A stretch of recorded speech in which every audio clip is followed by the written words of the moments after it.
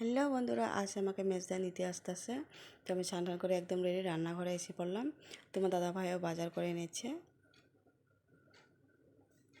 আর আমার মেজদাও এসে পড়েছে। দাদাদেরকে বসতে দিয়েছি, চা মিষ্টি দেওয়া হয়েছে, ওরা খাচ্ছে। আমিও রান্নাঘরে এসে পড়লাম রান্না করতে। মা সবজি বানাচ্ছে, আমি মাছ ভাজি বসিয়ে দিয়েছি। মাছ কাঁকরোল দিয়ে বানাবো মাছের তরকারি। তো মাছের তরকারি হয়ে গেছে, মাংস বানাবো। মাংস ফোড়ন দিয়ে দিলাম। আমি শর্টকাট বানালাম, আপনাদেরকে কিছু দেখাইনি। তেমন তাড়াহুড়ার মধ্যে মাছ ভাজি, পনির আলুর রসা, ঢেঁকিয়া শাক ডিম দিয়ে বানানো হয়েছে, মাংস তরকারি বানানো হয়েছে, মাছ কাঁকরোল আলু দিয়ে বানানো হয়েছে। রান্না আমার কমপ্লিট হয়েছে, এখন দাদাদেরকে খেতে দিব। আমিও একদম রেডি হয়ে গেলাম।